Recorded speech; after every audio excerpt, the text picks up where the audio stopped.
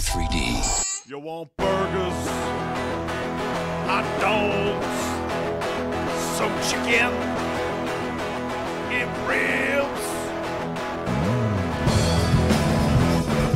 Yeah! Yeah!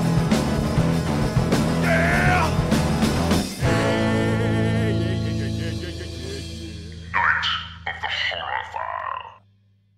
No, I have gone deaf. I put on the headphones and there was nothing coming out of them, so it spooked me. And Are those drugs, man? I don't know which one I would rather be, like, as far as movies goes, because I'd have to figure out a way, because if I was blind or deaf, like, I've always wondered that, like, which one would be the worst out of the two. Yeah. Nothing against the hearing impaired or the vision impaired or anything like that, but, like, it's just both. I don't know. Neither. Both scare me. Although I think I'd rather hear the movie. Oh, yeah. At least then I could use my imagination, Although if I could see the movie too, I guess neither one is that bad. Like, really, when I think about it, it's not that bad. It's got gonna this. be okay. Yeah, I got this. I already have hearing impairment, so I already have to watch the subtitles. True. So. And I mean, tons of horror fans have hearing, are hearing impaired and visually impaired. Yeah. Like a lot of people, some people have commented that they rely on our show Oh God. to help them through some of the horror movies. I'm sorry. Which is interesting. Like, I'm sorry. I hope we're helping. I really don't think we are. But anyway, welcome to Night of the Horror File. Hello. A horror movie and genre film podcast where I take a horror movie or fucking genre film, as in the case of last month, and show it to my beautiful wife, Brittany, who gives us her thoughts and her anger at sometimes, and just well wishes at other times. I don't know. Well wishes. Yeah. Are you excited to be getting back to some horror here pretty soon? Yes. Yeah. It feels like we haven't really touched a horror movie in a while. Besides, we did a few on Listener Request Month in May, but good Lord, I feel like it's been a while. Yeah. Like, it has been a long time. That's why when you were watching Green Inferno last night. Oh, yes. Oh. I was really watching it, and then I fell asleep. This is a good movie, but I gotta sleep. No, yeah. Oh, Green Inferno is a fantastic fucking movie that nobody gives it enough credit. I think it's because everybody wants more of like Cabin Fever and Hostel from Eli Roth, and I'm like, yeah, but no, I don't. Right. Anyway, we're doing something a little different this week. That's right. We're giving Brittany a break. I needed it. You needed a much needed break. Well, how long has it been since we've done just a casual episode? Yeah, this is kind of a casual episode. Good Lord. April? It's been forever, I Yeah. think. Like, I don't even know April. I think it was longer than that. Because April was Trauma Month. Oh, shit. Yeah, I don't fucking know. it has been a while. So anyway, we typically do these when Brittany's getting real burnt out. And she needs a little break away from watching movies for a little bit. And she's also had time to focus on our Patreon content, which is good. Yeah. Which, by the way, you guys, if you subscribe to Patreon now, there's a new thing up there. You get a free sticker every 3 months you're subscribed. So Oh, we probably free should sticker. send those out. Huh? No. Patreon does that for me. So, Oh, I see. I just designed the sticker and it gets sent out. And those stickers will change periodically, so you'll get some exclusive stickers. Anyway, things will get better over there too. But I just want to send more physical items, but it's been so tough. Everything has do. been so... Yeah, it's been so tough to do because I don't know how much to buy, and then shit like garnishments against my checks come along, and fucking car craps out because I drove it through a lake. But the content over there has been outstanding, and it's going to get better. I'm going to start doing commentaries. It'll just be me. But Nice. if you want to listen to me smoke a joint and watch a movie, there you go. It'll be dropping soon. But anyway, this week we went a little different, and it's like an edutainment episode now. Yeah, Edutainment. we're going to talk about film gimmicks. movie gimmicks, stuff that filmmakers and studios attempted on some of these, and other times these kind of succeeded a little bit in getting people's asses into the chairs and away from television, which was, you know, around the time of the 60s and stuff, being more and more widely spread out through houses. What am I trying to say here? I don't know. But anyway, so, you know, what gimmicks, besides the ones you've learned, because I educated you a little bit this week about these things. Did you? But before that, like, what kind of gimmicks were you really aware of? Well, 3D. Yeah, well, yeah, obviously. Not smell-o-vision until you told me. Yeah, you got a quick crash course in smell-o-vision and odorama specifically on our polyester episode. Right. I always words are hard. 4D. Is that what it's called? Yeah, 4D is the newest one. Yeah. I believe that got introduced in 2016. We'll kind of brush on that a little bit. We're not going to go too deep into that because that's the newest thing. I've never experienced it either. Well, I mean, I've never experienced smell-o-vision, but What about But what's really funny is they treat that 4D shit like it's the newest invention, the newest craze. But after today's episode, I think you guys are going to realize 4D is just a combination of all this shit. Oh yeah. Like they've just thrown everything at you. I have a question though. Okay. Is IMAX considered a gimmick? No, IMAX is just a better format. Okay. Bigger screen, you know, digital cameras and stuff like that. They film in those IMAX ratios and stuff. Okay. I guess it could be kind of a gimmick. I mean, because not every movie you go see is in IMAX. I mean, a lot of people prefer that. Right. But it has to be shot in IMAX. Yeah, true. So that I guess that's kind of a little gimmick. Gimmick that succeeded. Like, right. IMAXs are everywhere, I believe. Still, you know, we have an IMAX. What about I don't remember now. Words are hard. My brain is Your mushy. brain is mushy. That's why we're taking a break, baby. All right. So sometimes just making a horror movie or a movie in general isn't enough to draw an audience in. And that's when studios or filmmakers deploy the long history tradition of movie gimmicks.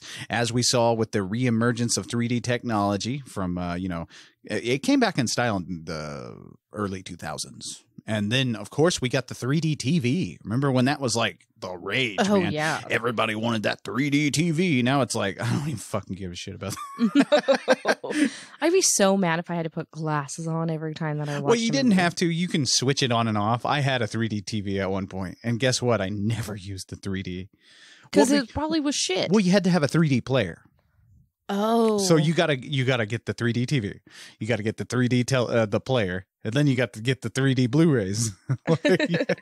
There's 3 separate little paraphernalias you gotta get to hook up. That's too much. That's why they kind of faded out of style. Plus, 3D has always been that gimmick that comes and goes, as we'll see in today's episode. You know, gimmicks still hold a healthy appeal to audience goers. And studios, you know, they realize that they can squeeze some money out of the people if they just immerse them.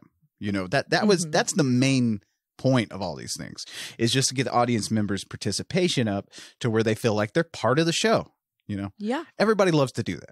Like live stage shows, everybody loves to get singled out, thrown a pick when you're watching a band play and stuff like that. It's a fun time. Yeah, you know, it changes whatever you're watching radically.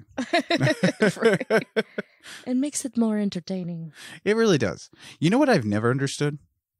Going to the movie theater to watch a concert. That's a thing? Yeah. They'd have those Fathom events where like they show concerts, like live concerts at the theater. Oh. I mean, I get it. I guess. I don't know.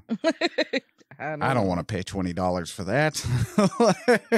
I understand. It just seems a bit much to go sit down and watch a concert. I could just do that when it comes out on TV. Anyway, I could just do that.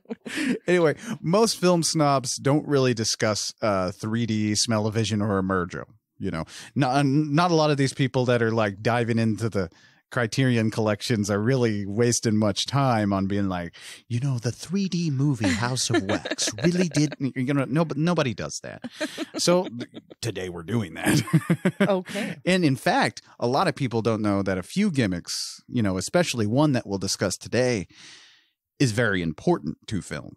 You know, there's a few gimmicks that came around that now make film what it is today. Okay. Okay. You know, so give these some credit. God damn it. Now, Yes, sir. okay. So, Okay. Don't say so that. I hope you guys learned something, and I hope we have fun while we're doing that. That's the point of this. You know, make learning fun. Oh God. I used to hate when my like history teacher would do that shit. I'm gonna make learning fun. It's like, No, the oh, fuck you're good. not. You gonna let us go? Is that what's you gonna turn on a movie? Oh dear God, the learning fun teachers. Those were the worst. Yeah. Like I would have rather had the boring teacher that just lectured all day than the fucking larger than life. I'm gonna make these kids learn with fun teachers. It was so terrible. What are we gonna do today, kids? Oh, let's watch a movie. Like- No, we're gonna have some fun. We're gonna do. Algebra. It's like, I was about to say math. It was really always the math teachers that tried to do that. Yeah, because math. Like, sucks. we're doing algebra. It's going to be so much fun. No, the fuck it's. No, man. I smoked weed and. Get your X out Wait, of my yeah. numbers, okay? Why are you so worried about your X? What the fuck? oh, shit. Sorry. But you know, I think audience participation is a big part of the movie going experience. You know, I Well, think yeah. it's important to learn about this corner of film, especially because you know most of these gimmicks were, with a few exceptions, were applied very successfully to the horror genre. You know, horror in general, like if you go into an audience and it's dead quiet, the movie's not working. Right. Like you at least want some hecklers and you want some people laughing and getting scared, a few girls screaming in the back. It's a good time all around. But When you have girls screaming in the back.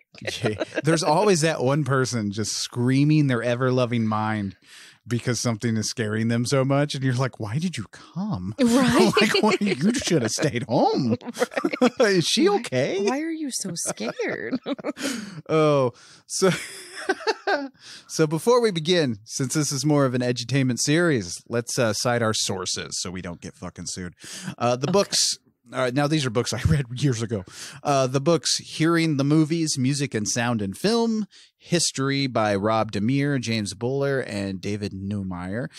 Beyond Ballyhoo by Mark Thomas McGee. A shit ton of documentaries I've seen over the years. Wikipedia pages, the Insider article on film gimmicks by Olivia Armstrong, and just some shit I already fucking knew. So there we go.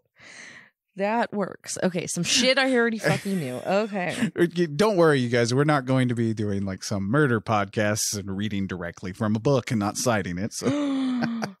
Oh, shots fired. Yeah. Dude, fuck people who do that, man. Like I get film podcasts not citing sources. Like if you Yeah. read a fact somewhere 50 years ago and you don't fucking remember it now or you got it from, cool, just repeat it. It's fine. But if you're doing a legitimate a true crime podcast where your whole point of it is reiterating facts, like true facts, you should cite your sources, yeah. man. It's just yeah. proper. Anyway, those people got sued, so we're good. But Okay.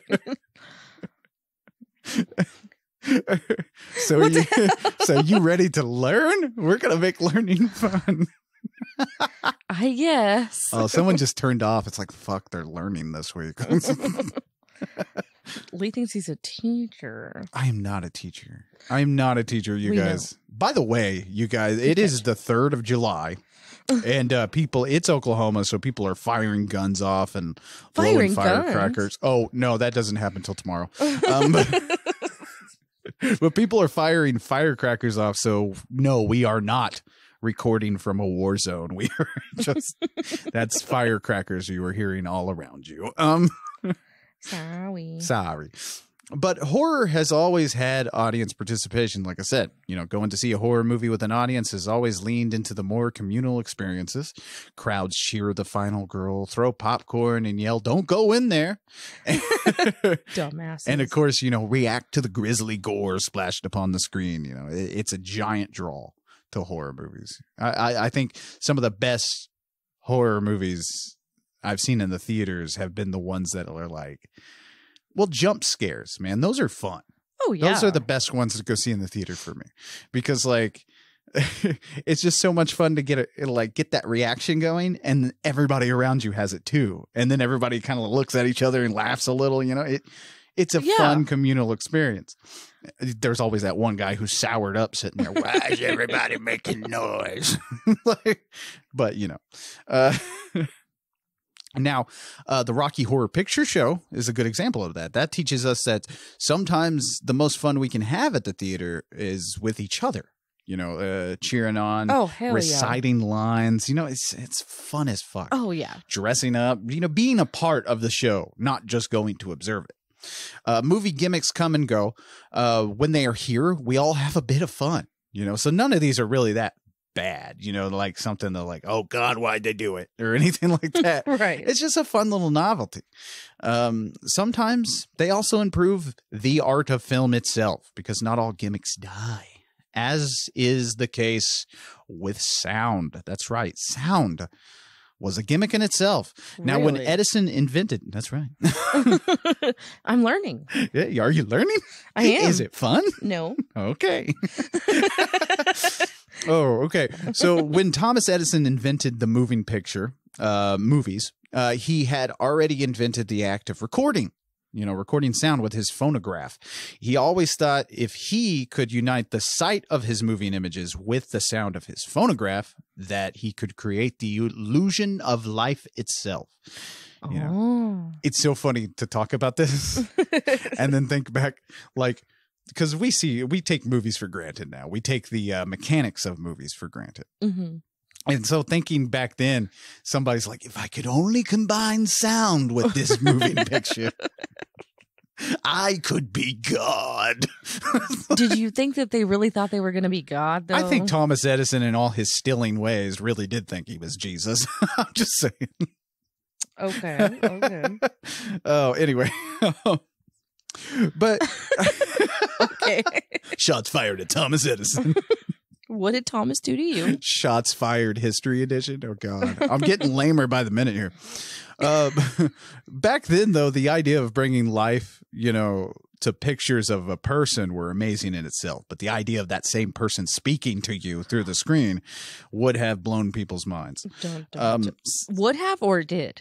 Well, eventually it did. Sadly, Edison wasn't able to do this. Synchronizing sound was almost impossible in the 1890s with that technology. He tried, but the recordings never quite synced up to the picture. Oh, there's a lag. Yeah, because there's another thing that people take for granted. Well, especially not so much in the digital age now, but during film and stuff, synchronizing sound to a movie was actually very difficult. It required technology that hadn't been invented yet. But, with the invention of recording sound, that would go on to deliver a whole new entertainment experience. And it changed how we listen to music. Before you'd have to attend concerts, but with a record, you could have a complete orchestra in your own home. That was a big firework.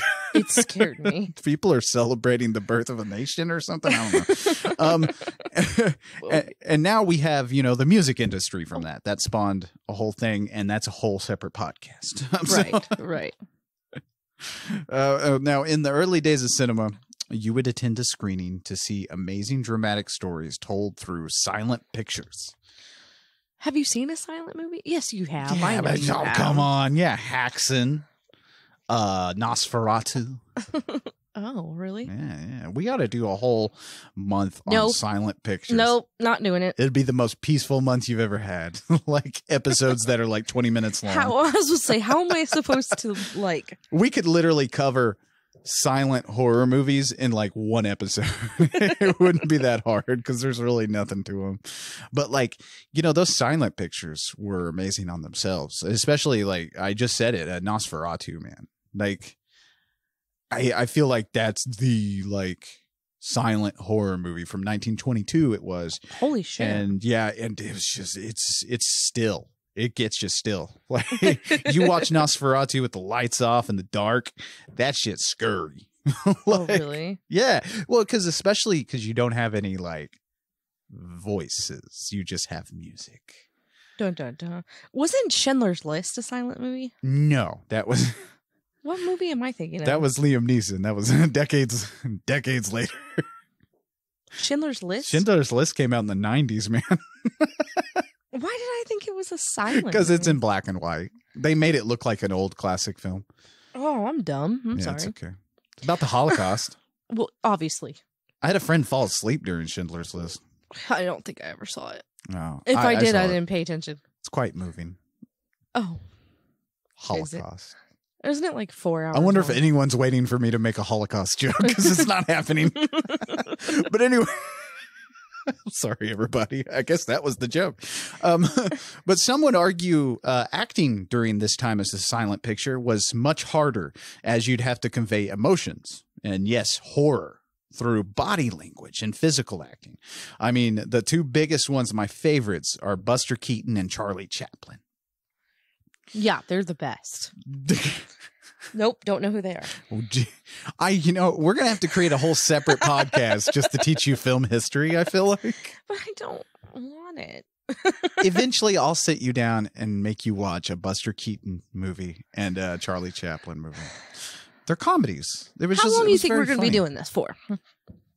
Till one of us dies. Maybe me. I'm just going to glare at you. It really does feel like, with the firecrackers going on, it feels like we're shooting or we're recording in a war zone. What the fuck?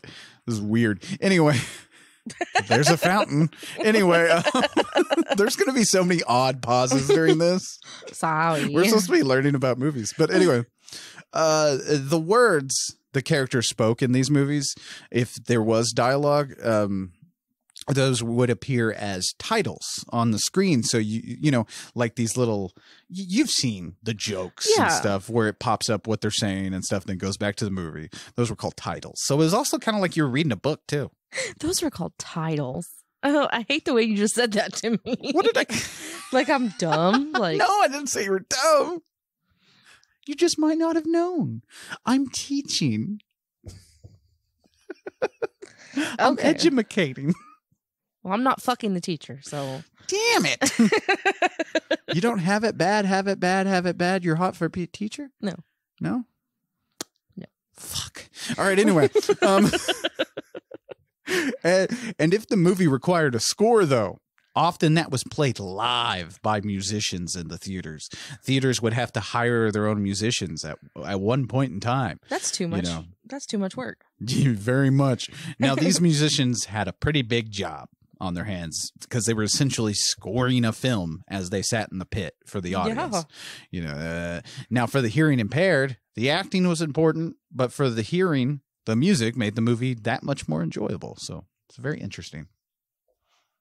Okay. I couldn't imagine like having to, like you go see Fast and the Furious and there's a live band having to score it. Like, could you imagine that happening on today's movies? Could you imagine a silent movie? Fast and the Furious in the form of a silent movie. No. It's like every other title. The card says we're family. Oh God, Vin Diesel would make no sense because if you took away the sound that man has to get out to get his emotions out, like he just looks like a brick of clay. Man, that's horrible. The man looks like a shaved ape. Anyway. What? He does. I disagree. I'll be getting corona.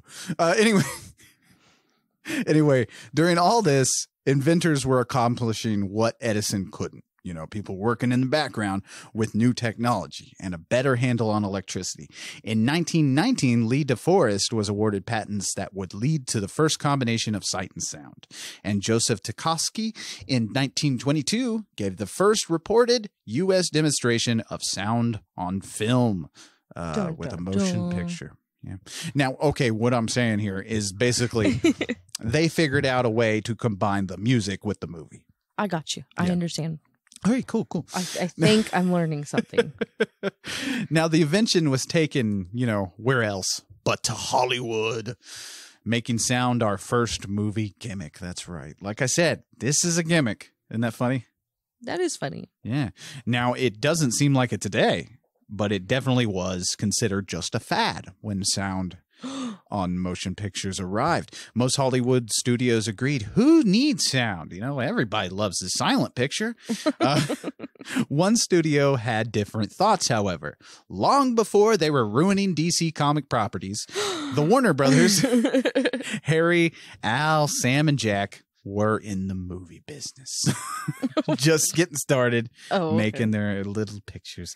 Now, it's funny because the Warner Brothers had opened their first movie theater in Pennsylvania. So they were just little movie theater operators and stuff, getting started in the biz. You gotta start somewhere. Yeah, exactly. And that led to a successful string of theaters. Every time I say the Warner Brothers, I feel like I'm talking about the animated cartoon. Is like that a cartoon? Yakko, Jacko, and Dot. That's... Oh, wait. Yakko, Wacko, and Dot. I'm sorry. Okay, but that's not called the Warner Brothers. Yeah, it is. Are you talking about the Animaniacs? Animaniacs. Those are the Warner Brothers. Oh, okay. Yeah. I thought you meant and like their sister Dot. No, I'm but sorry, I thought you meant like the... Oh, no. The name of the show. I was like, that's not the name of the show. No, it's Animaniacs. But, you know. Yes, I understand. Boy, that show came back, and its new iteration is mean. Like, it's angry. Like Stephen King, fuck. I talk about horror too much. But Steven Spielberg was pissed off when he brought that show back or something, because it is making fun of everything. Like, I was like, good Lord. Like, calm down, Warner Brothers. I just wanted to see a wacky adventure. I'm not ready for this. But anyway, now, their first theater led to a successful string of theaters to follow across the United States. The Warners were mostly showing other people's films in their theaters, but they also began making their own. However, these early Warner Brothers pictures weren't very successful, so by 1925, they needed something to make their movies more popular. You know, something to draw in audiences and make some fucking money. Well, yeah. Yeah. And Sam, who actually loved music just as much as film, suggested they give sound a try. You know, add sound to the pictures. Yeah. Cue old-timey piano music. Anyway. Okay. I bet you didn't think sound was going to be the first gimmick on today's show. I did not. No.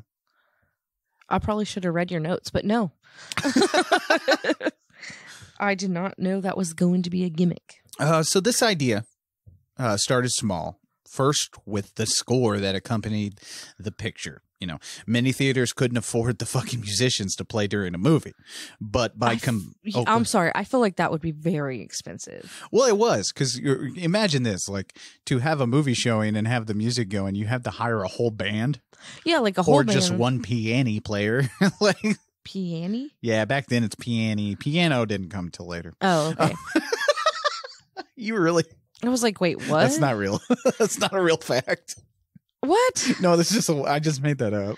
I hate you. Ah! She's throwing things. I didn't throw it, but I thought about it.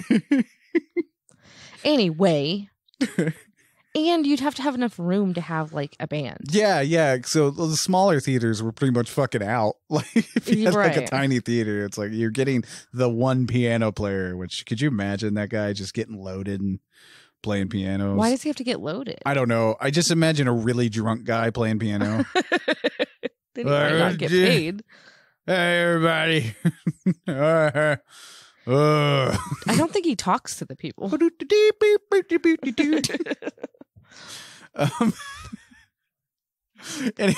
I'm sorry. But yeah, a lot of people couldn't fucking afford this in their theaters. So by combining music with the film, every theater goer who went to see a Warner Brothers picture got the same music no matter what theater they were in. Very revolutionary. Like I said, this is like stuff we take for granted now. Oh, yeah. Because, that's just a common knowledge. Like, you're not going into, like, I don't know, like the latest horror movie. What is the latest horror? The Conjuring. You're not going into The Conjuring and hearing, like, fucking death metal playing. That would have made that movie so much better. Because you said it was pretty boring. Oh, right? it was terrible. Just you go in and fucking like Black Sabbath is playing. You're like, oh yeah. Generals gather in the masses. Like, oh yeah. It's like, fuck, this is good. Oh, this is good.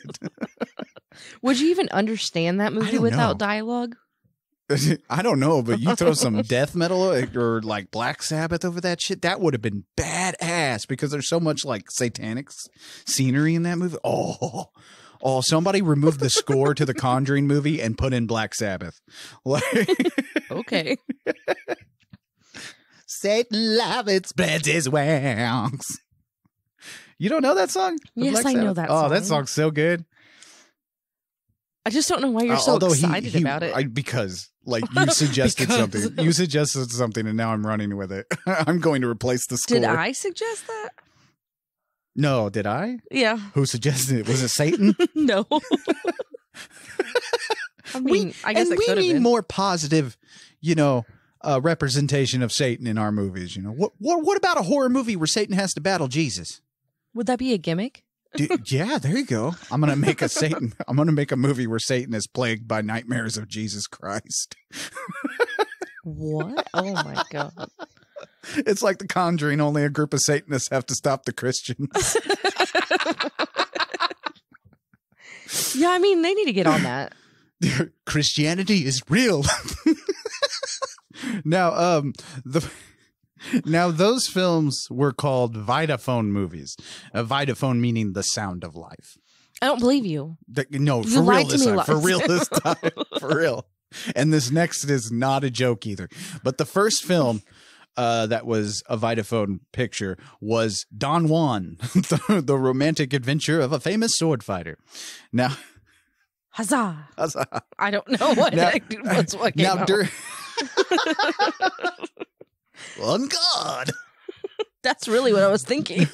Now, it wasn't just the score you heard. In Don Juan, you got to hear sound effects for the first time. Now, imagine that. Imagine back then, like going to see a movie. Mostly you've seen, I don't even know if there was film buffs back then, but mostly you've seen silent pictures, comedies, some horror here and there.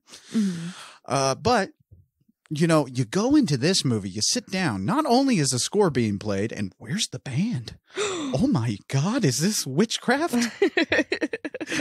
Did Satan add sound to this movie? Yes. Oh no!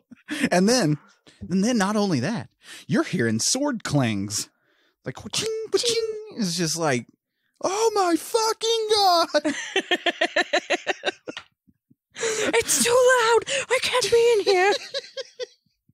I don't know. Did people smoke weed back then? Because I just imagined like an old-timey stoner. I have no idea. Dear Lord, Martha, hand me the bong. The bong.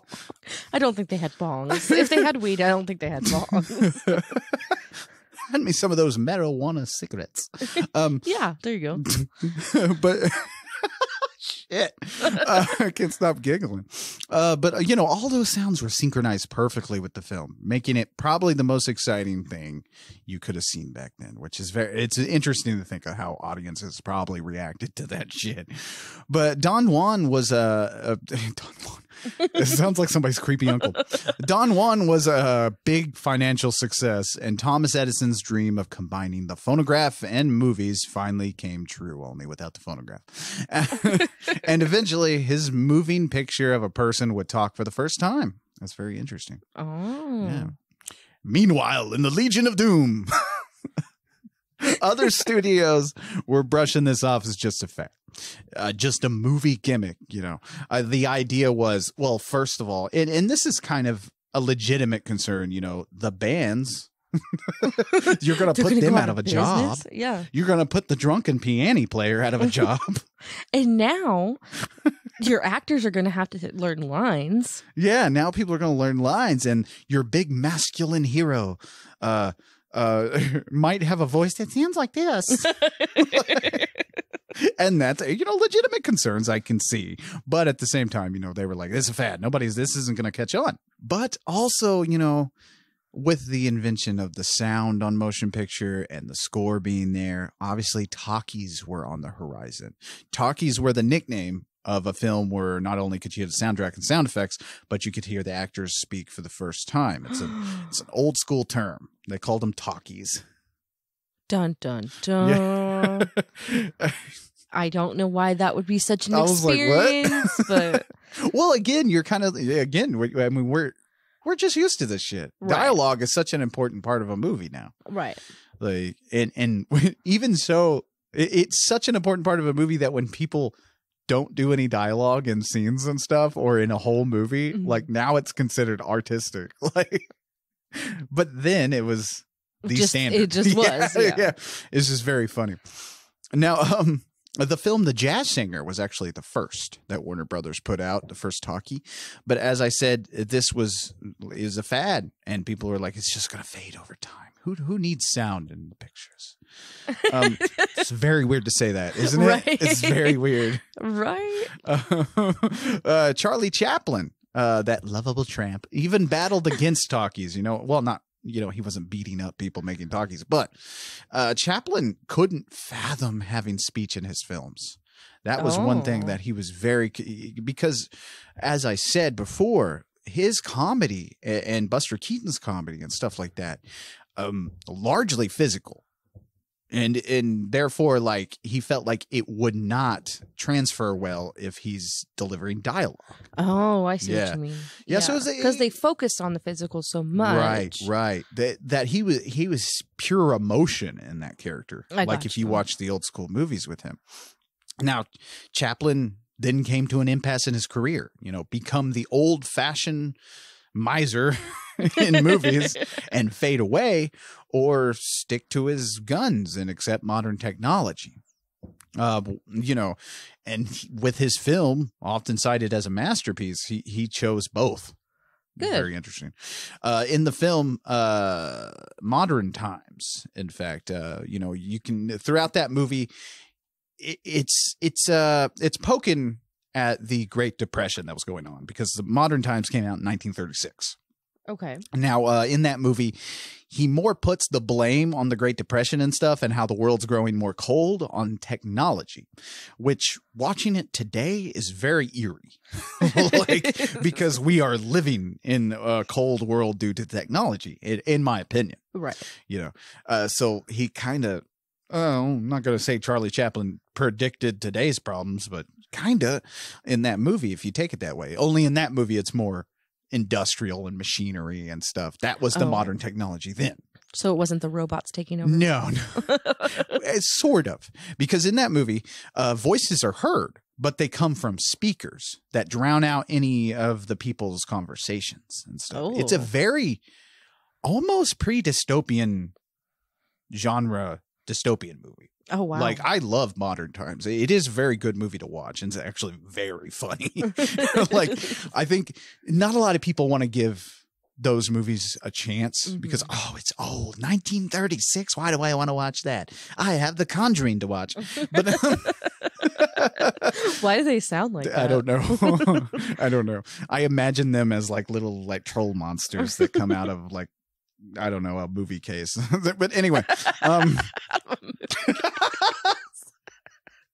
they hang up Blockbuster tapestries in their house. It's like, why are you worshiping this? I need one of those. I don't understand the fetish that Blockbuster has become.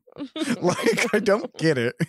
Like, I understand the nostalgia and, thinking back to the video store and stuff like that, but I don't understand these people wearing shirts Having phone And, cases. yeah, having phone cases. It's like, what are you doing? I saw it had to have been 19-year-old girl with a Blockbuster phone case. And I was like, bitch, you don't even know what the fuck that is.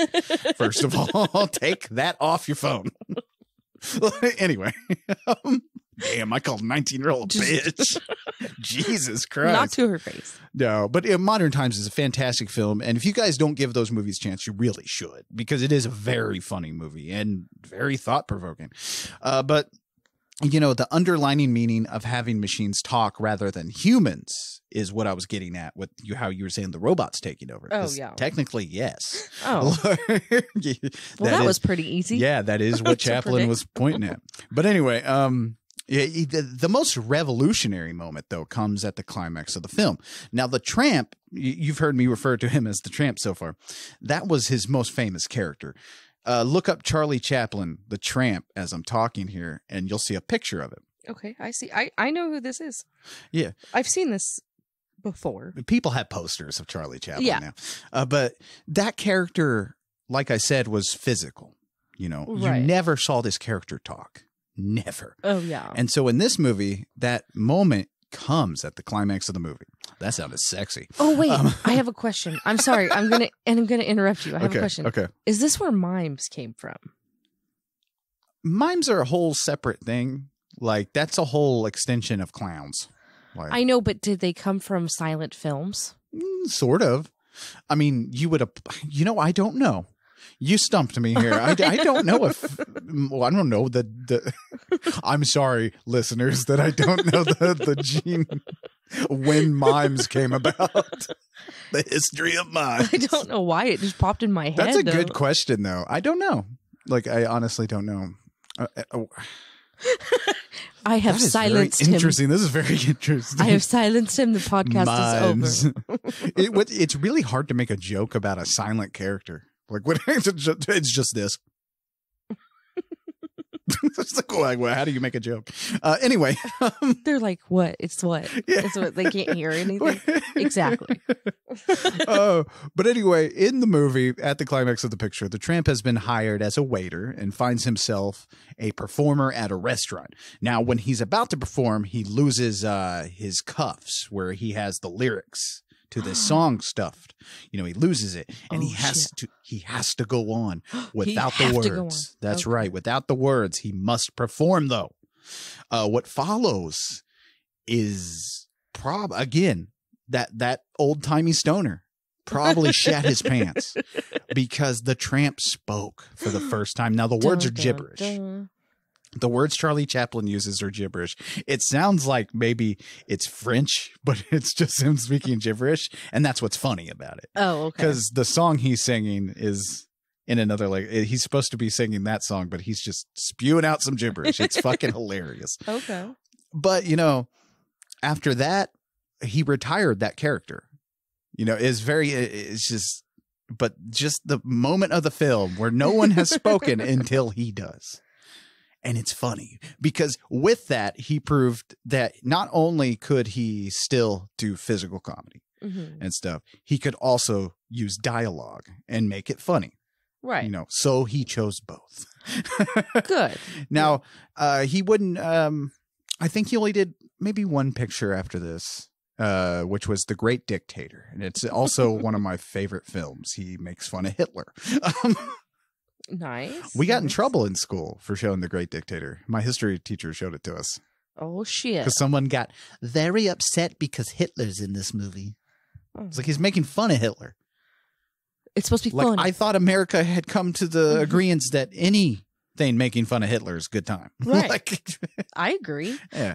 Jesus. That person probably went on to fucking march with the Proud Boys. Anyway. Storm the Capitol. So, you know, as you can see, sound was a gimmick that stuck. You know, sound. Obviously. It's funny to think about. Like, sound was a gimmick. The invention of color was a gimmick, too. You know, color was a gimmick. It's funny. All those little things. So, gimmicks aren't completely useless. Obviously. But some are better left dead. Like what? Well, so sound was a great addition to movies, as we agree. It gave people a whole new sensory perception when enjoying a motion picture, and it gave cinema sobs a whole other thing to fucking go on way too long about. Yes, like you. You know, yes, because you know how I'm like the score and the dialogue and the cinematography. It just gave us whole new levels to be annoying. but picture this: the year is 1939. Okay. And you just walked into a theater, sat down, had some opium or coke with actual cocaine in it. I don't know. So whatever the fuck, laudanum, whatever the fuck those people were doing back then. I can't be sober? No. Okay. But okay. it's funny because these people were doing opium and drinking coke with cocaine in it and shit. And they were like making movies about how marijuana was going to kill our youth. But it's kind of like those like old ladies now. Like, I can't believe they're legalizing weed. I'm going to need 5 packs of Marlboro Lights. And my oxycodone prescription. 24 pack of Bud Light. But oh, wow. Their voices dramatically changed. it's getting worse because I keep chain smoking. Anyway. But, you know, you've just sat down and you're watching the film and the thought occurs to you. Wouldn't it be better if I could fucking smell this? No. Nope, not one time. Who in their right mind ever really considered, I wish I could smell the smells in a movie? Man, there are some movies that I've seen that I would not want to smell, you know, like Cruising for one. Cruising is a movie about a gay serial killer, and there's a lot of gay nightclubs where S&M and leather and a lot of butt sweat in that movie. Oh, or like fucking Jeffrey Dahmer movie. Oh, I don't want to smell that. But Hans Loeb had this thought, though, and for whatever reason, probably money, he came up with a technique known as Scintovision, introducing it at the 1939 New York World's Fair. This overly complex system connected pipes to a machine with scent memory banks in it. It's an overcomplicated thing to say. There was pipes hooked up to a little machine that would poof some scents out. Okay. And those would be like underneath a few seats and stuff that would spread through the audience. Okay. It used the timing method to release a scent to correspond with the picture on the screen. All this controlled by a poor fucking projectionist in the booth. You're going to learn today that projectionists used to have a really tough fucking job, man. Respect the projectionists. I don't know if they're a thing much anymore because of the digital, but like, damn, like these people are working overtime. Right. I feel like old school projectionists, that was an art form, man. Oh, it probably that was. Fucking job, yeah. But could you imagine having to convince an audience about this? Because this is essentially the theater's farting in your face while you're watching a movie. But come see the movie, smell the actors. A fart takes you to a whole new theater experience. You know, I think like, yeah, I'd probably go see a scented movie. To tell you the truth, yeah, so just would I. one time. So would I. just to So see. would fucking I. I'm a sucker for these things. For gimmicks. Yes, I love them. I'm a sucker for it. Gimmicks are fun. But General Electric also developed a system in 1953 they called Smellorama. This was deployed by showing a 3-dimensional picture of a rose accompanied by the smell of a rose being pumped into onlookers' faces. In their faces? It's the addition of smell to a picture just seems so weird that's the next thing we'd go to. I mean, I guess, you know, because mostly these were just about making money. Nobody was trying to improve with odors and stuff. Nobody's trying to improve on film with these. This is all just for fun. Like, maybe they were trying to improve though. Maybe. Like, I don't know if I necessarily want to smell Humphrey Bogart or something. But anyway. Now, Smell-O-Vision only had one appearance in film.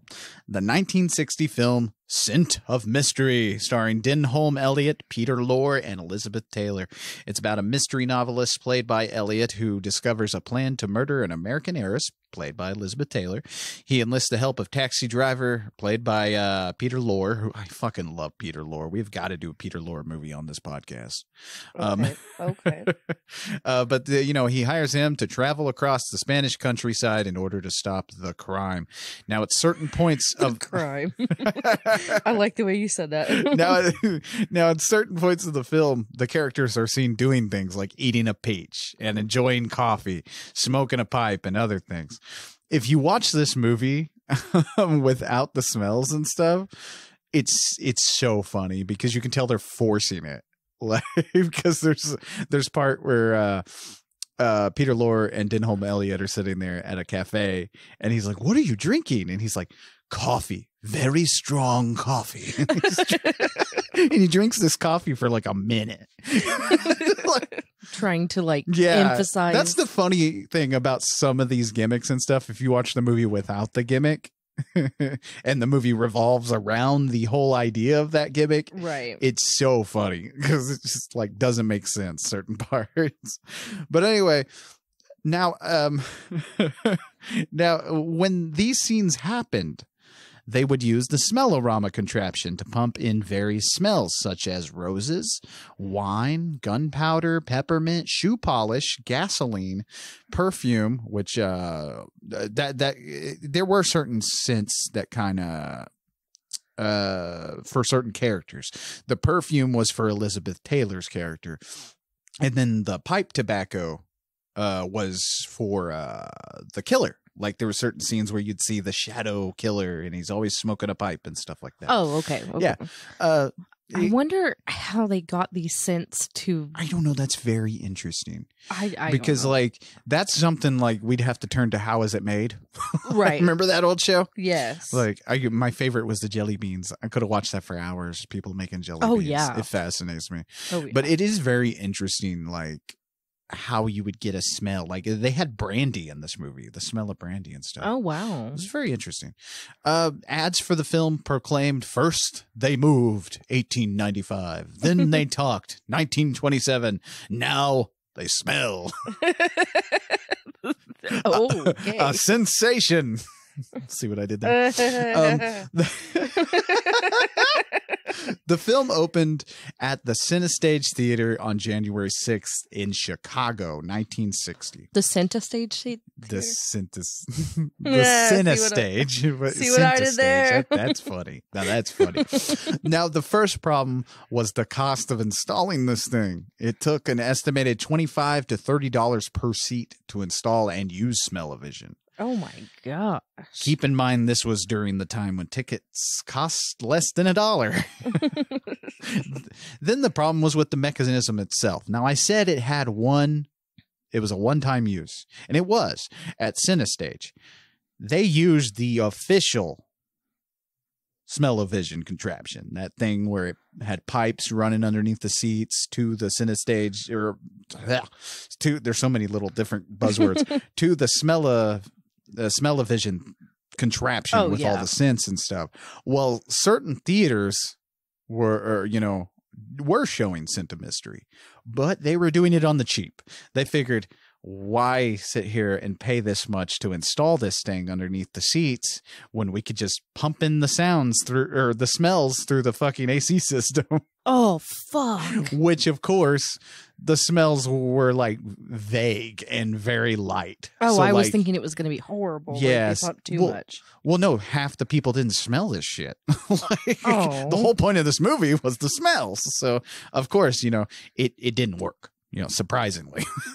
Shocking. When the scents were released with the official thing, many theater goers complained about loud hissing noises coming from underneath the seat. So you're sitting there and fucking Peter Lorre's eating a peach and all you hear is what the fuck? You think there's a fucking rattlesnake in there or some shit? Oh shit, a snake. This shit's getting real. I can smell the peach. But folks in the balcony had since reached them like way too fucking late. So you might be seeing the pipe smoking man and smelling a peach or like smelling some brandy, and it's just not making any fucking sense. I get it.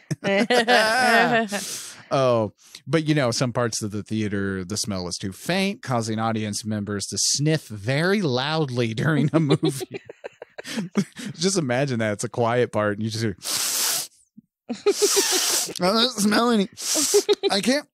I don't smell it. Do you just like rage and like leave? Fuck this. I paid too much to smell this movie. Oh shit! Right? Oh Jesus! Oh, this was 1960. I wonder if Charlie Manson attended a smell-o-vision screening. Oh my god! No, maybe that's what sent him into a rage. Sentimented rage. Yeah, it's sentimented rage. Oh, the puns are good today. This is good. We can keep going. Why'd you do it, Charlie? I couldn't smell the peach. Sent me into a rage. I'd kill the fat cats. Anyway. Oh, shit. Okay, anyway. One theater goer even stated that the film didn't make any logical sense because he had... God damn, I can't go a minute without a scent pun. No, it's fine. This is hard to do. But, you know, he said it didn't make any sense because he had a cold. Oh, so don't attend to smell. I don't know. Anyway. Right. Those people still existed back then, you guys. But, Bosley Crowther of the New York Times said, as theatrical exhibitionism, it is gaudy, sprawling, and full of sound. But as an attempt at a considerable motion picture, it has to be classified as bunk. It is an artless, loose-jointed chase picture. Whatever novel stimulation it might offer, or it might afford with the projection of smells, appears to be dubious and dependent upon the noses of the individual viewers and the smell projector's whims. Indistinct is the right word for this whole silly plot of the film and the casual, confused performance in it, which is virtually amateur, except for the job of Peter Lorre. The acting is downright atrocious. Oh, no. Yeah, so it got panned. It was a massive fucking failure. And smell was retired from use in film. That was until the invention of the scratch and sniff cards, a much more effective and fun use of scents during a movie. Go check out our episode on polyester and the odorama card to learn more about that. I really don't think smell really went very far. Like, again, there's just certain movies you don't want to smell. No. You know, like Rocky, you don't want to smell that movie. Oh, I smell sweaty. Smell like jock strap and fucking, I don't know, whatever was going on in that city. Gross. Jock strap. My armpit smells bad. It's just fucking people just harfing in the fucking theater. Oh, good God. That's horrible. Oh, anyway. So a movie that literally stunk wasn't such a moneymaker as it seemed on paper. The novelty was there, but perhaps it was too ambitious for its own good. Now, we never really had a notably smelly horror film.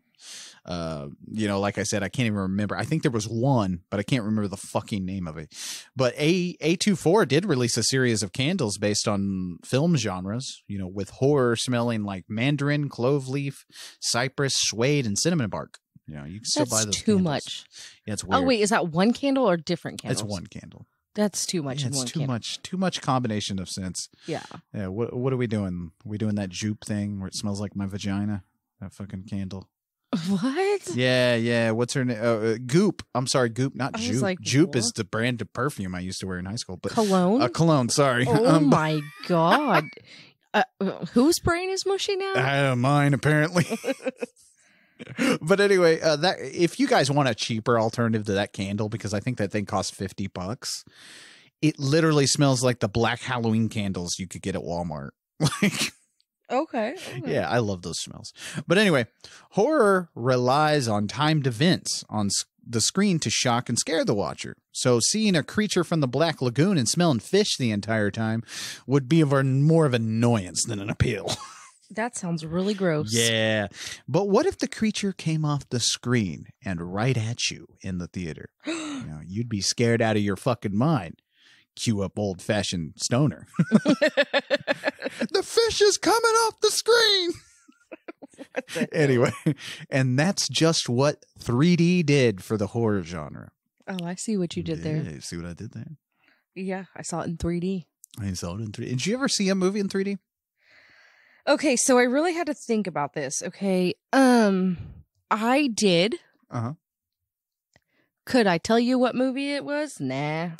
Now, some people will complain about, especially with newer 3D. Some people are like, they compare the movies that are in 3D to each other, and they're like, "Oh, the 3D was just lame in this picture." Now, there is a difference between a movie shot in 3D, and I'm talking today's terms. There is a movie difference when a movie is shot in 3D and a movie that's converted to 3D. Yeah. Like, and the ones converted to 3D were often very lame. Like, the 3D just didn't do much for you. You know, like there's just a little bit of an added depth. Right.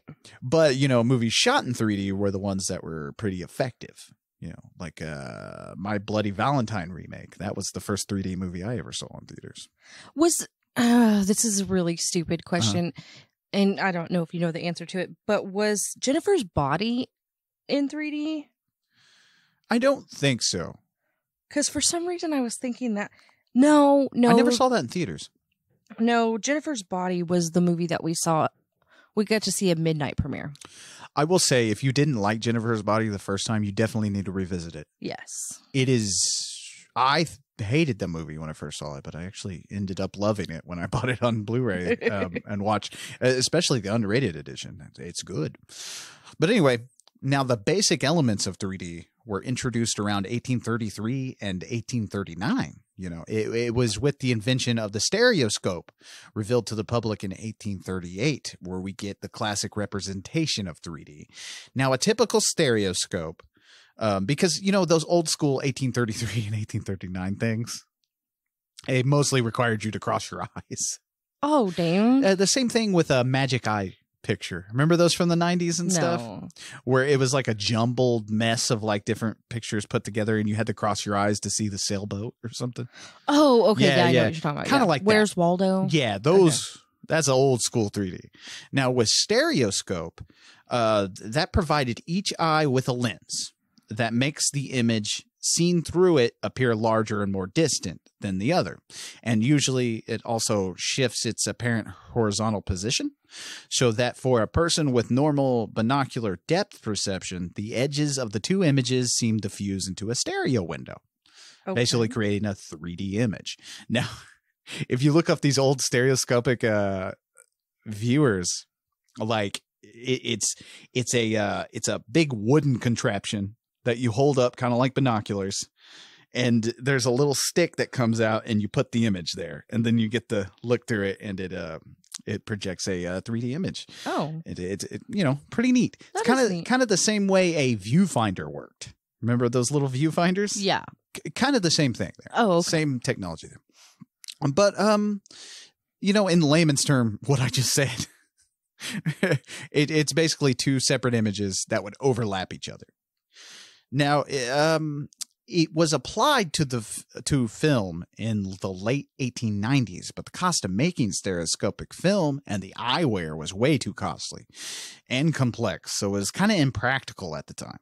You know, so you didn't get a ton of movies coming out in stereoscopic 3D. Now, the earliest film set to use that process, though, was The Power of Love in 1922. That's right. People were watching 3D movies in 1922. The camera rig was a product of the film's producer, Harry K. Farrell, and cinematographer Robert F. Elder. It was filmed dual strip in black and white. A single strip color anaglyphic release prints were produced using a color film invented and patented by Farrell himself. A single projector could be used to display that movie, but anaglyph glasses were used for viewing. So, you know, over time, our 3D technology got better. Right. But Lee, you ask. No, I didn't. What about the red and blue 3D glasses? Well, don't worry, because I'm going to transport us away from the 1920s and the 40s to the golden era of 3D films. So let's get in our way back machines. Okay. Okay. Mr. Peabody. Mr. Peabody. Yeah, Mr. Peabody. You know, the little dog and his boyfriend that. Oh, it wasn't his boyfriend, but it was a little boy that he hung out with, and they would go through time and visit different eras. Okay. Kind of like a lamer version of Bill and Ted. I never watched You don't know what I'm talking about. I know the name, Okay. but I don't know nothing about it. Well, anyway, during the early 1950s, comic books used that red and blue anaglyph 3D glasses that we all know and love. And the idea was eventually applied to film. In 1952, to be exact, the Buena Devil was the first color stereoscopic movie to employ 3D. Critically planned and bombed. It was, however, a success with film goers, you know. I mean, it's pretty cool. Yeah, I mean, 3D's fucking neat. Yeah. You know, it caused Hollywood to take note of that. And then our newest film gimmick to extract money out of audiences' pockets burst upon the scene. Now, there were tons of little short films here and there that used 3D, you know, but horror was the money. Oh my God, I really thought you meant like a butt and horror, like butt horror. The short film Butt I was like, had a 3D butt projected. that would be your favorite movie. Oh, we got to do like a history of the fart joke, because literally like it dates back to like the times of Beckett in like the middle century. Sure. Farts have been funny since the dawn of man. But you know, pack the Bible with a few more fart jokes and you got a good book. But shit. Exactly. Now, in 1953, audiences saw Vincent Price in the classic film House of Wax. That was in 3D. Now, that movie wasn't just a 3D film. It was also the first to use stereophonic sound, or stereo as we know it today. House of Wax typecasted Price as a horror star, and he went on to do probably the most 3D movies out of all the horror actors at the time. Oh, really? You know, yeah. He's starred in a ton of 3D features. Now, House of Wax, along with Columbia's Man in the Dark, both 3D features, were huge successes, and Hollywood had a weapon against the ever-encroachment of television. And now, at the time, during this time, like television was becoming more and more popular in homes. Right. So people weren't really going to the theaters to see a movie when you could stay home and watch TV. I agree. I agree. So Brittany's viewing of choice came out around this time, and she started staying home. I wasn't even born. You were still an afterthought in someone's balls. But anyway. Oh, wait. That person's balls wasn't even probably born yet, huh? In what year? 1953? No. Anyway. It's weird. Weird when you think about it. Can you not make me... The balls that formed the balls that produced Brittany. Is it weirding you out yet? Oh, anyway. Your parents have sex. Oh, yeah. Okay. I deserve that. But... around 1953, Universal also released It Came from Outer Space, but you had a handful of 3D westerns. Whoa. Yeah, westerns. I know. Westerns. Like, wait a second. Like a restaurant? Anyway, those were directed by William Castle, who we might be doing a second part of this on. All on William Castle. Might. Yeah, we are. But anyway, now 3D declined almost as fast as it surged. You know, we have seen, well, we're experiencing it now. 3D has dipped. It always does, and it always comes back, it seems. Right. Around August and September 1953, the first dip happened. And you may be wondering why that happened. Well, it may not seem like it today since we've gone far more sophisticated with our 3D technology, but this was a marvel of filmmaking and required a lot of equipment back in these days. It started kind of dipping because first, two prints of the same movie had to be projected at the same time. Ooh. Yeah, over each other. The prints had to be perfectly in sync with each other or the effect would be lost. This required two projectionists, so you had to pay extra. Mm-hmm. If even one tiny piece of a frame was out of sync or off or blurred, it would often render the fucking movie unwatchable and give the audience headaches or eye strain. Oh, not eye strain. Dun, dun, dun. But do you ever like get that when you watch a 3D movie? Or wait, what did you say? You hadn't really even watched 3D I don't think I have. Really? Now that I think about it, I really don't think I have. Judging by history, it'll come back. So we'll go see a 3D movie in about 10 years. But I don't know if I could. for me, it gives me a headache halfway through. Yeah.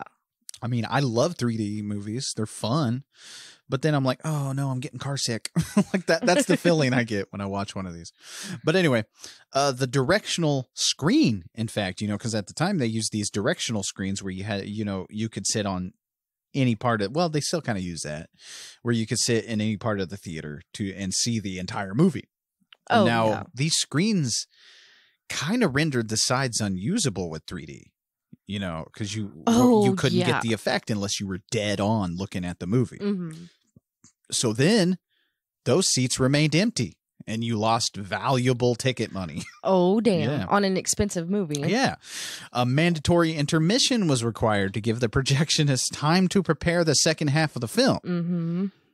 Goddamn projectionists. Those guys had it rough. And those things are like fucking heavy and shit. Dear God.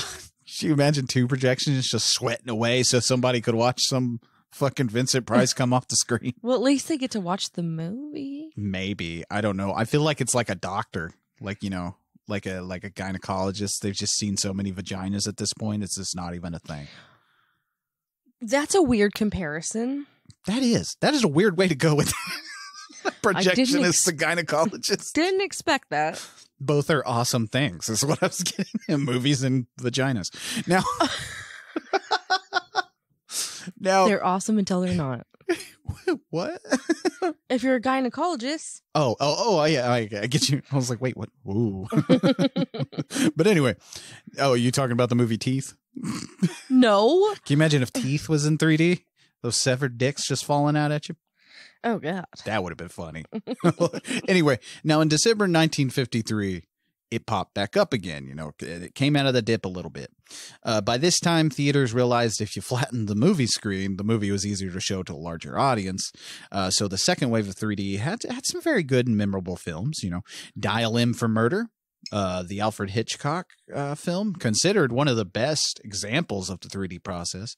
But you also had Creature from the Black Lagoon that spawned the only 3D sequel at the time, Return of the Creature from the Black Lagoon. I remember simple titles. You didn't have Twilight Saga, New Moon, Epic Buttholes or something like that, remember? I don't think that was the name of the movie, but okay. I don't know. God damn. Anyway, any point that I get the rip on fucking Twilight, I'll do it. But okay. Now, through most of the early 1960s, however, 3D films were dormant. A few exceptions like The Mask in 1961 that used Anaglyph 3D for its dream sequences. And a few others popped up, here and there.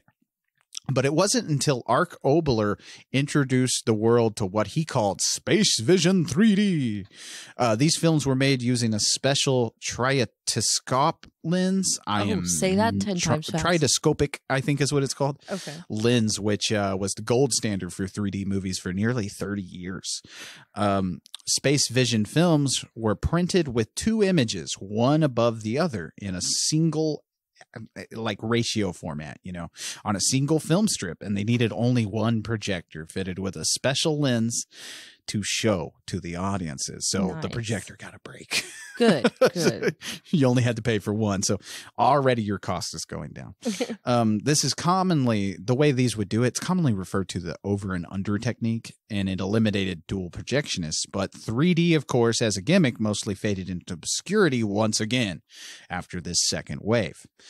Now, in 1970, you had stereo vision, which not a lot of people talk about too much, the films that came with those, because most of these movies were adult films. Porn? That's right. In 1970s, you could watch a porn in 3D, Gives a whole new definition to It's Coming Right at Me. Ew. Would you watch a porn in 3D? I've considered it. They have porn in 3D things. You can go watch them now, like with those little Google Cardboards and stuff like that. Google Cardboards? Yeah, those little things where you slide your phone into them and you can watch 3D. Oh, okay. I know what you're talking about. Yeah, I was yeah. like, You wait, can watch what? 3D porn. I don't know. I'm not that hard up to see 3D porn, so I've never. I mean, interesting. I should do that. That sounds like a fun time. But anyway, also there were horror movies in 1970 that were in 3D as well. But I'm not going to go into that right now. Now, between 1981 and 1983, though, a new 3D craze came rushing at you. A spaghetti western coming at you, being the first 3D western in decades, along with the film Parasite being the first 3D horror film in 20 years. Oh, wow. Those kicked off the reissues of the 1950s 3D glasses, red and blue. This is the time where you had Friday the 13th, Part 3 in 3D.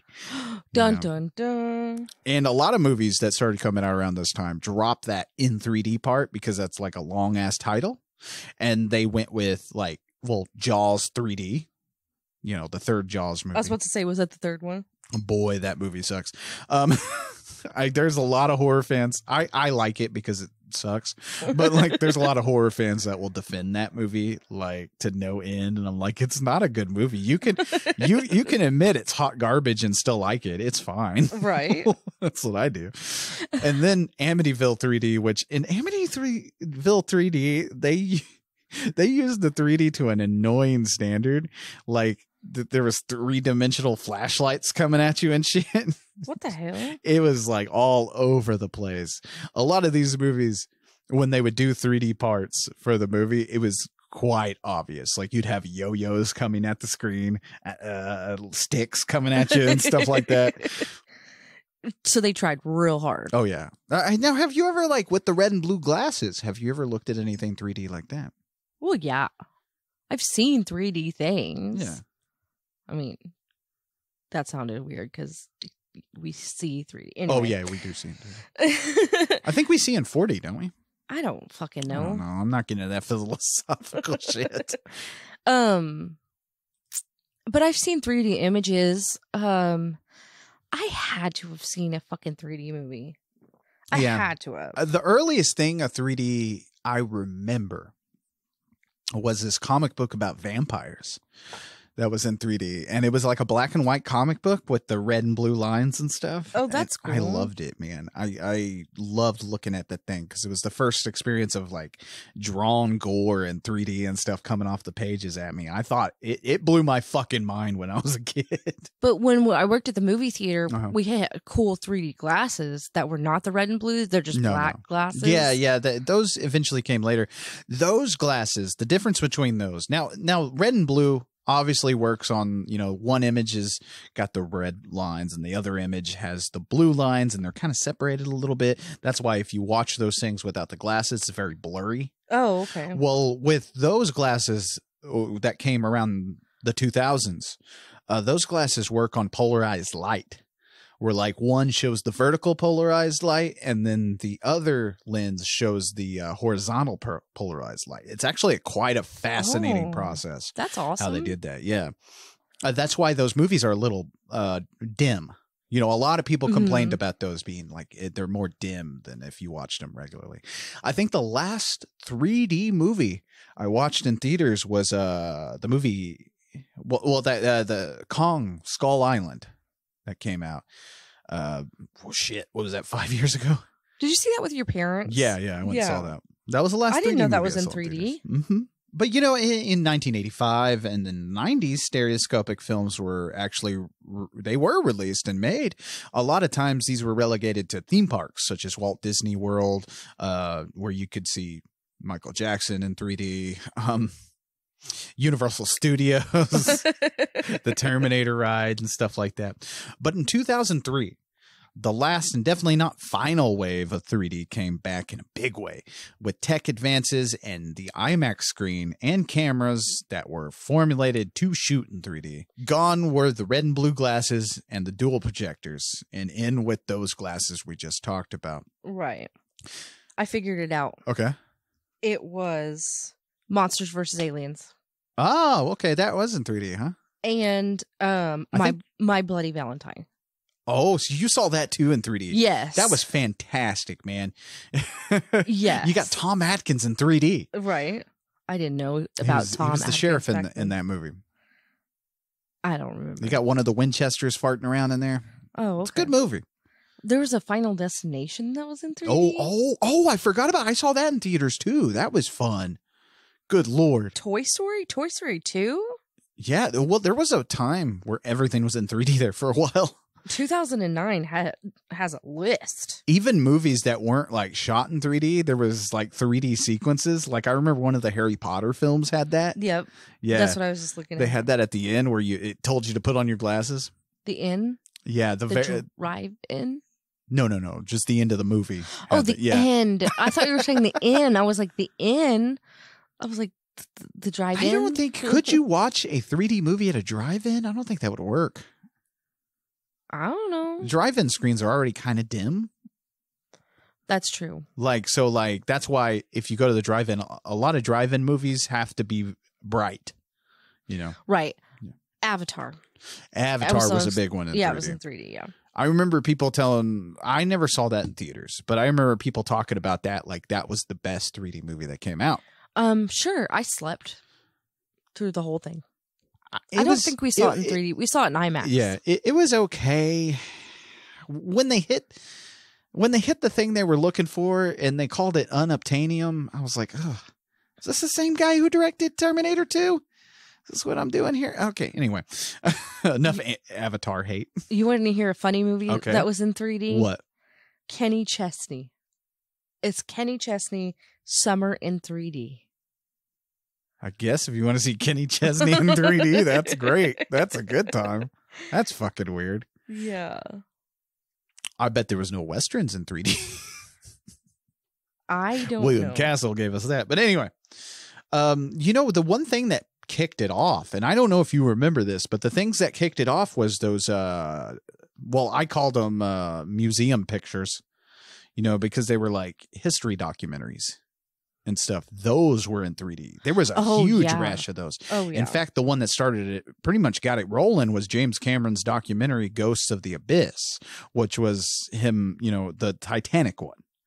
Oh, that one was okay. Huge. Yeah. I saw that in theater with my school, and I think it was something of Egypt or something, like an Egyptian one about mummies and stuff. That was cool, man. Oh, that is cool. There was a whole rash of those things. But, that James Cameron doc, that really did usher in the whole new generation of 3D films that we got, that we remember the most. Mm-hmm. The most successful being those actually shot in 3D, like I said earlier, those were the ones where the 3D really came across, like that My Bloody Valentine remake, which the very beginning of that, the killer throws a pickaxe.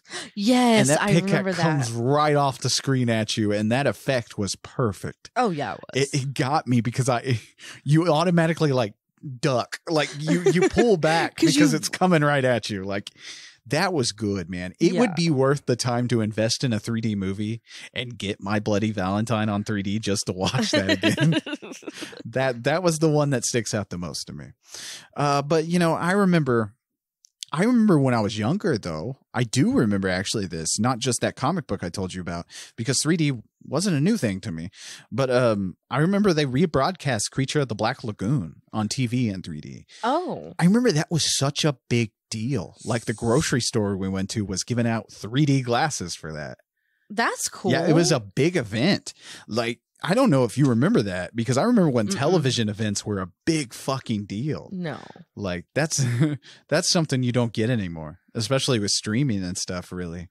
Like it's kind of a big deal, but not to the point where you're going to the fucking gas station and they're like, all right, Creature from Black Lagoon tonight. Like, right. Here's your glasses. It's a simpler time, man. Simpler time. I don't want to go back there because the racism and sexism and stuff, though. But anyway. Anywho, we all know the end of the story. 3D is back in its dormant state, mostly used as a little novelty here and there and in certain DVD releases and comic books still. But I'm sure a new surge of 3D is on the horizon, man. Like I said, look at our episode today. It kind of told you that 3D comes and goes. Right. It's like a wave. Eventually something that'll come out in 3D that'll make a ton of money and theaters will start doing 3D again, which is very interesting. Now, we talked about sound, smell, and 3D sight. Of course, there was also like use of motors and seats that gave audiences a little shock, and we'll go into that in the next episode. But the newest gimmick on the horizon combines all 4 senses into one theatrical experience. 4DX, moving seats, smells, and even wind and rain are pumped into the audience to give you the feel like you're part of the movie. Yeah, fuck that. Yeah, this sounds like a fucking living nightmare. Like, we watched a video of this because I wanted you to kind of understand some of these gimmicks before we talked about them. But we watched a video of this, and it showed the seats moving all around and stuff, and it was pumping fog, and I was like, that's fucking too much. And people were saying it was like uncomfortable. It's kind of like a roller coaster. Yeah, that's too much, you guys. Like, I think the first time I ever heard about this was someone went to see Batman v Superman in 4DX. Oh, God. And he was like, it was not the immersive experience they told me it was. It was more like terrible. Right. Because the thing is, like, these gimmicks separated, they're fun, sure, but all together, Jesus Christ. And I wouldn't want to smell Batman v Superman, honestly. Why? I don't know, man. There's a lot of sweat in that movie too. You're right. Yeah, just smelling fire, and that movie's really angry. It's like aggressively angry. Just smelling angry since. Anyway. I wouldn't have known. Yeah, I don't know. That's my opinion. I wouldn't want it all at once. And so I'm not like eager to rush out and do a 4DX movie. Like, we talked about this because I didn't even know it was introduced in 2016. I was like, it's been around that long? Right. I was like, I thought it was like on the horizon coming around and stuff like that. It's been coming around the mountain, honey. Yeah. I even said it in this episode. It's on the horizon, but it's not. No. It's already here. It's just... I think it's in certain theaters, so you probably have to like travel out of your town to go. It's just very inconvenient. Right. Plus the ticket price, I'm sure, is probably like $40-$50. Oh, fuck that. Yeah. Well, because, a normal ticket price nowadays is $15. Right. So, yeah, that's going to be a thing. So, now these aren't the only gimmicks Hollywood put out. With the film Clue, in fact, John Landis filmed several endings, and theaters got a different one, making audience goers constantly guessing how the film would end, and they couldn't tell their friends, like, because you probably got a different ending. That's cool. Yeah, I think that was very genius. If you buy that Blu-ray, you can watch all 3 endings. So, but I think that's cool. I think that's a very cool technique that would be really cool to bring back. That's very expensive. To pay, a movie maker to do that, but that's pretty cool, man. What do you think about, like, was it Netflix that came out with the movie that you could choose a scenario throughout the whole movie? Choose your own adventure movies. Yeah, it's kind of like the books. Did you ever read a bunch of those? No. I loved those books, the choose your own adventure books, especially because Goosebumps had a bunch of them. Oh, that's cool. Yeah, that was a lot of fun. And sometimes you die, get killed by a werewolf and shit like that. It was a good time. That's a good gimmick. Yeah. Honestly, that is fun. I think streaming services, they have more of an ability to do gimmicks. And I'm not sure why they're not. Because think about the subscribers you'd gain. Right. Like, holy shit, HBO's showing a 3D movie? That's cool. And all I need is some glasses. Like, hell yeah.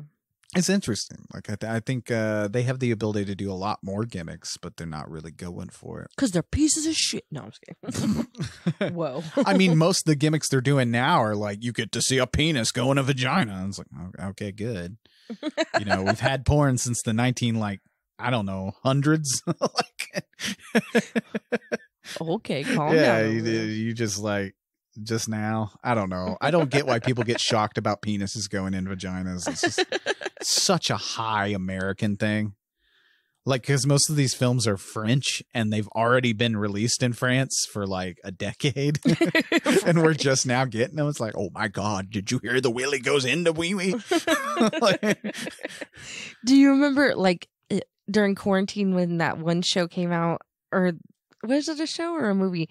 And everybody's like, go watch the first 5 minutes of this movie. Film your reactions. And now like everybody's like giving shocked reactions. I remember we were just like, huh. Okay. And then I was like, wait, this is just a boring French film. God damn it. All they did was have sex. Yeah, I don't know. I've seen sex. It's not that shocking. Anyway, No. maybe that's just us. I don't know. I think we would fit in Europe and France. Probably. Now, just thinking about the penis. And, but you know, Alfred Hitchcock also kind of did something like this. He made the attendance rule during Psycho, in fact, where no one was allowed to enter the film late. Okay. Yeah. And some people had to sign release forms that you wouldn't reveal the ending to your friends. Yeah, stuff like that. So it's pretty cool. I think that's pretty cool. Yeah. And with horror, of course, tons of horror movies deployed barf bags, barf cups. You know, they would place nurses outside the theater saying, oh, Lord, this movie's so scary. Just in case you need defibrillators. Here you go. Ew, that's gross. I wouldn't want to clean up after that. I doubt anybody threw up during these screenings. Although there is a movie that we saw in one of those videos I showed you where like they did report like people were throwing up during it. And I really got to see this movie. It's called Bite. Oh, that's right. I was like, oh, and they're like, it's tough to watch, and it's the hardest film to get through because of how gross it is. I was like, dude, I'll probably be like eating a fucking hoagie and watching this movie. Let me see it. Let me see the gross. But Alfred Hitchcock was pretty good at gimmicks too. But I think it was The Exorcist did that too, where they had like doctors on hand just in case it was too scary for you. That's so dumb. Yeah, Evil Dead did that. The first Evil Dead movie, that was a gimmick they deployed and stuff. I think it's funny when they do that. Like, yeah. You know, that's one gimmick streaming services are using, especially Netflix. They use it as a clickbait articles though. Like the one movie that was too scary for people to watch. Right. People walked out. They couldn't even finish it. They walked out of their homes. Oh, I was... This movie's too scary. Just gets up and get in the car. I was thinking of where'd Daddy go? I was thinking of he never came back. Just fucking the movie was too scary. No, they keep saying that like people turned off the movie. Like, because it was too scary. But I wonder how many like, how they collected that data and how much of it was just like, you know how like you're on Netflix and you're hovering and reading about a movie and then the movie just fucking starts. Right. I wonder how much of that is that. Like, just like, what the fuck? Or like you turn it on and then you're like, this is stupid. And you turn it off. Oh, what was that movie, Veronica, that we watched? That I fell asleep on. I did not watch it. I might... It may have been a movie where you just stared at the screen and don't remember it. Because I remember us watching it and I remember falling asleep. Of course, I was high and that was probably not a good idea because that just made it worse. Because I was like, oh my God, this movie's so slow. It's so boring. But now in 1959, there was also another gimmick before a screening of Horrors of the Black Museum. A 13-minute intro hosted by a hypnotist was featured, where he kind of tries to hypnotize you and explains what hypnotism and suggestions are. That was called Hypnovista, and suggesting that the film had scares in it that were powered by hypnotic suggestion. It's actually a very fun little video where this very serious Englishman is explaining how he can hypnotize you. It is wow. It's the best 13 minutes you'll ever see. And I posted it on Twitter if you guys want to go see that. But in 1974, you had Surround, which added low range speakers to movie theaters. And that was during the debut of a film called Earthquake. It's self-explanatory. It's, it's a disaster film. Okay. Where earthquake. But basically, though, these speakers recreated the feeling of the earthquake in the movie by rumbling the ground underneath you. Mm-hmm. So yeah, it's pretty neat. That film was actually a success. But I'm sure it would. But I believe Surround was only used about 4 other times in 4 different movies. So not really a big thing because we have movie theaters now, like the speakers are so harsh. They do rumble your seat. Oh. Psychorama The names of these things. We'll call it psychorama. But that was a technique that delivered subliminal messages during a film. And that was used first in the movie My World Dies Screaming, Terror in the Haunted House. Basically, you're watching a movie and little scenes pop up. That's weird. Yeah. I don't think it was used very often. I think it was used twice. It just sounds annoying. Yeah. But the 1982 film Basket Case, they handed out surgical masks saying that'll keep the blood off your face. Was there blood? No. Oh, okay. Basket Case is a lovely little movie. And of course, probably the most insane experimental film gimmick comes in the form of the film 100 Years. Why are you looking at me like that? Because this one pisses me off, because I'm going to be dead. Written by John Malkovich and directed by Robert Rodriguez, it was advertised as the movie you will never see in 2015. And just like the title suggests, it will not be released for 100 years from that point. November 18th, 2115. So there's not going to be a movie because everybody's going to be dead by then. Yes. And this, like I said, it pisses me the fuck off because I like seeing movies and I'm never going to see it. So there's not a movie.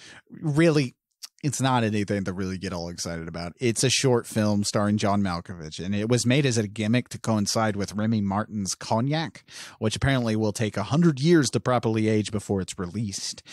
Robert Rodriguez filmed a commercial for them. He filmed several little short films.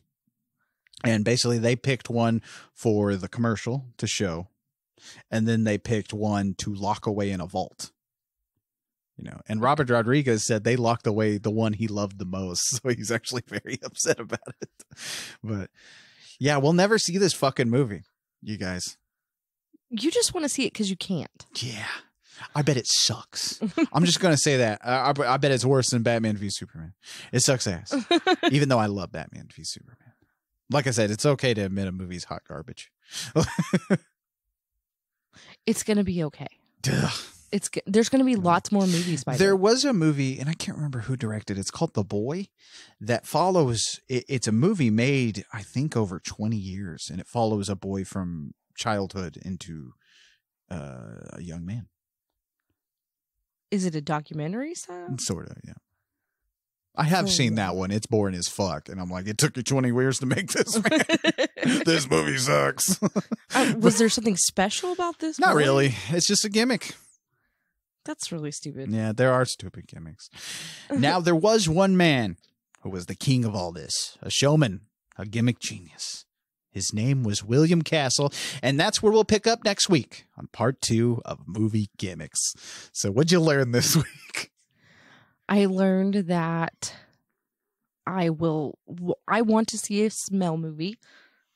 What did we call that? Smell-o-vision. There was odorama. There was aroma-rama. Basically in polyester, William Castle, who we'll be going into deeply, that sounds dirty, next week. We'll be going into William Castle, but polyester was really, the odorama part was a salute to William Castle. Okay. I learned that I didn't know all that shit about sound. Like, I guess I just never thought about movies not having sound. Well, that's the thing. I know there's silent movies. Yeah. But like, and most of that stuff you learn in like college film classes, and it's stuff that people consider boring. I hope we made it a little fun for you today.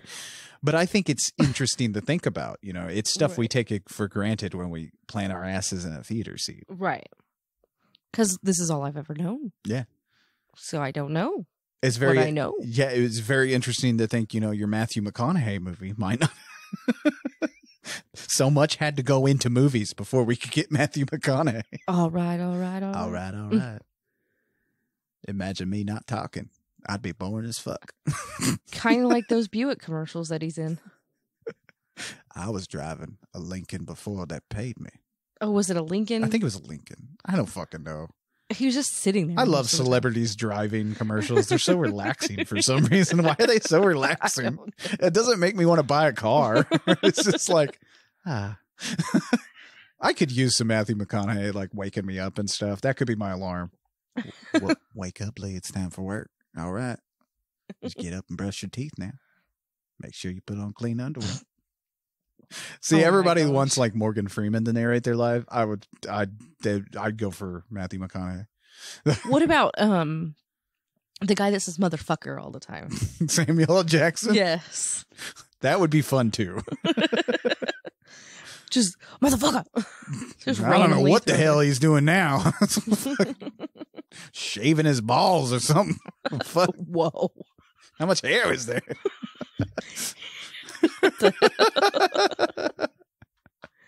Oh. Anyway.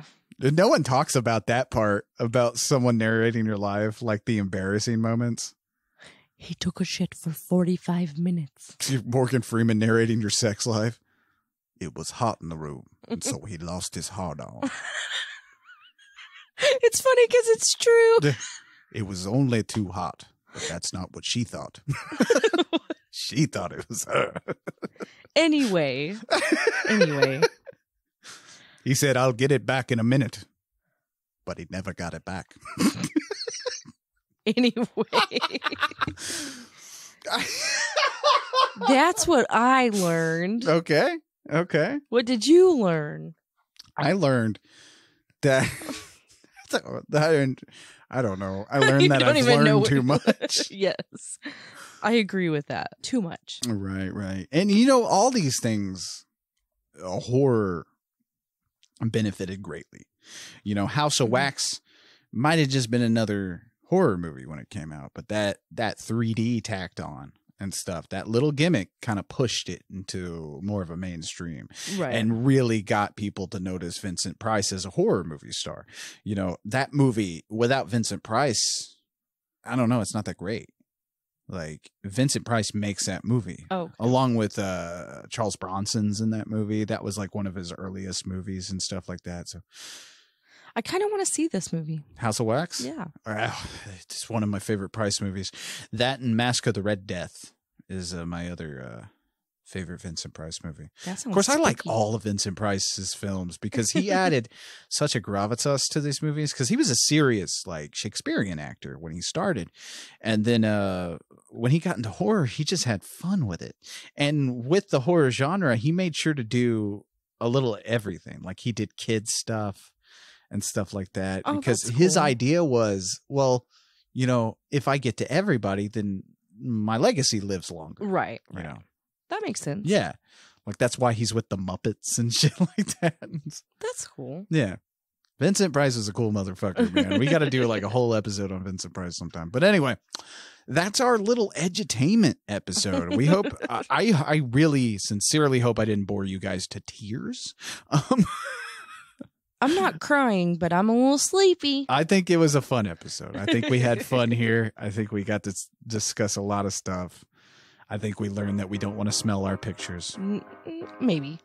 But I mean, we already smelled ass in polyester, so we might as well go. I did not, actually. You did not. You did not take the smell-o-vision thing. You should. We should watch it with smell-o-vision. I'm not watching it again. Damn it. Anyway, I'm Lee Evans saying stay spooky. And I'm Brittany. Stay horrific. Bye-bye. Bye. Smell you later. Thanks for listening.